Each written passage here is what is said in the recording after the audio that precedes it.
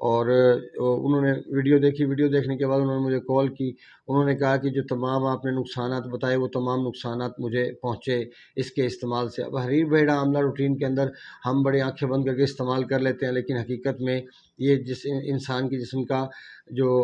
Water ہے، پانی ہے، وہ ڈرائی کرتا ہے اور خشک کرتا ہے، جس سے انفلیمیشن میں مزید بڑھوتری ہوتی ہے اور پھر کانسٹیپیشن اور شدت اختیار کر جاتی ہے، اسپیشلی ان لوگوں کے لیے جن کی گیسٹرک ایشو پہلے سے موجود ہو، کانسٹیپیشن پہلے سے موجود ہو، اور پھر وہ کانسٹیپیشن کے لیے حریر بحیرہ عاملے کا استعمال کریں تو کانسٹیپیشن کے ساتھ ساتھ گیسٹرک ایشو میں بھی اضافہ ہو جاتا ہے، انزائٹی ڈپریشن بھی بڑھ جاتا ہے۔ اب آپ کو اگر لیور کو رن کرنا ہے تو پھر آپ کو لیور سے متعلق تمام میڈیکیشن بھی سٹارٹ کرنا پڑے گی، اور وہ تمام خوراک ڈائٹ پلان جو ہے اس کا بنتا ہے وہ بھی آپ کو ایکٹیو کرنا پڑے گا۔ پھر یہ ہوگا کہ آہستہ آہستہ اس کی ورکنگ بڑھتی جائے اور پھر وہ اس کو مسلسل پاور دی جائے خوراک کے ذریعے، تو وہ پھر انفلیمیشن میں کمی کا باعث بھی بنتا ہے اور خون کے پتلا ہونے کا باعث بھی بنتا ہے۔ اس طرح ہمارے بہت سارے مسائل حل ہو جاتے ہیں۔ یقیناً ہماری انفلیمیشن کا جو راز ہے ٹھیک ہونے کا وہ اسی کے اندر موجود ہے، لیکن دنیا میں کتنے لوگ جانتے ہیں؟ شاید ایک آدھ ہی۔ میں یہ نہیں کہتا کہ میں سب کچھ جانتا ہوں، یقیناً میں آج تک سیکھ رہا ہوں، سیکھنے کے مراحل سے گزر رہا ہوں، اور شاید انسان کو گود سے لے کے گور تک علم حاصل کرنا ہے، اس کو سیکھنا ہے، مسلسل لرن کرنا ہے۔ اگر انسان کوئی سمجھتا ہے کہ وہ کمپلیٹ ہو چکا تو یقیناً اس کی موت واقع ہو جائے گی، کیونکہ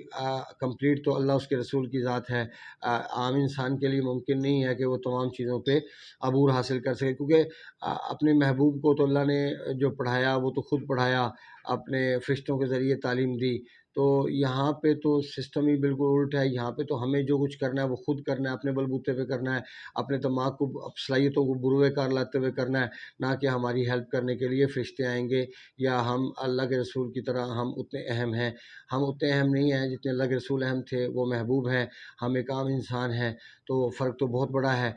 لیکن روٹین میں لوگ کہتے ہیں کہ کہاں اللہ کے رسول کہاں ہم، بے شک اس میں کوئی شک نہیں، اللہ کے رسول کی ہستی، ان کی ذات بہت متبرک ذات ہے، بہت ہیوی لیول کی ذات ہے، جہاں پہ اللہ نے ان کو پسند کیا، لیکن ہم اس کے امتی ہیں۔ اگر ہم دین کو مکمل، اللہ کہتا ہے کہ میں نے دین کو تمہارے لیے مکمل کر دیا، تو دین تو جو اللہ کے رسول نے کھایا پیا، سونا اٹھنا بیٹھنا جاگنا، عبادت کرنا بات کرنا، یہ سب کا سب دین ہے۔ لیکن ہم دین صرف سمجھتے ہیں نماز کی حد تک، دین سمجھتے ہیں تہجد کی نماز کی حد تک، یا دین سمجھتے ہیں صرف قرآن پاک کی تلاوت تک۔ باقی ہم جو مرضی کریں، وہ آقا اسلام کے ساتھ کوئی اٹیچمنٹ نہیں ہے، جس کا پھر ہمیں برکات اور نتائج نہیں مل پاتے، جس کا خمیازہ آج انسانیت بھوت رہی ہے۔ پوری دنیا کے اندر یہودی، کسی ایک یہودی کو تکلیف پہنچے یا اس کو قتل کر دیا جائے، یا عیسائی کو قتل کر دیا جائے، تو پوری دنیا کے اندر واویلا مچ جاتا ہے، ایک افراتفری کا عالم ہوتا ہے کہ یہ کیا ہو گیا، اور یہاں پہ مسلمانوں کو گاجر مولیوں کی طرح کاٹ دیا جاتا ہے، لیکن پوچھنے والا کوئی نہیں، کیونکہ اللہ کے رسول نے فرمایا تھا کہ میری امت کے لیے 3 چیزیں بربادی کا باعث بنیں گی، زن، زر اور زمین۔ یہاں پہ یہ تینوں چیزیں ہماری بربادی کا باعث بن رہی ہیں۔ ہمارے جو ہمارے بڑے ہیں، کرتا دھرتا ہیں، حکمران ہیں، یا جو اداروں کے سربراہ ہیں، یہ سب کے سب عیاش ہیں، سب کے سب شرابیں پیتے ہیں، تو پھر آپ سوچئے کہ وہاں سے خیر کا پہلو کیسے نکلے گا۔ اللہ پاک خود فرماتے ہیں کہ جو قوم اپنی حالت نہیں بدلنا چاہتی، میں بھی اس کی حالت کو تبدیل نہیں کرتا۔ تو آپ اس سے اندازہ لگا لیجئے کہ ہمارے اندر فاسد القیموس اس حد تک بڑھ چکا کہ ہمیں اس نے بنیادی طور پہ ایک ڈرپوک انسان بنا دیا۔ ہم ایک مسلمان ہوتے ہوئے، حالانکہ مسلمان تو بہادر ہوتا ہے، اور یقیناً اللہ کے نزدیک ایک کمزور مومن کی نسبت ایک بہادر مومن، ایک صحت مند مومن اللہ کے نزدیک زیادہ اہمیت رکھتا ہے، کہ وہ دین کے لیے زیادہ کارنامہ سر انجام دے سکتا ہے، جبکہ ایک کمزور مومن یا ایک بیمار انسان دین کے لیے کچھ نہیں کر سکتا۔ جو اپنے لیے کچھ نہیں کر سکتا وہ دین کے لیے کیا کرے گا؟ بہرکیف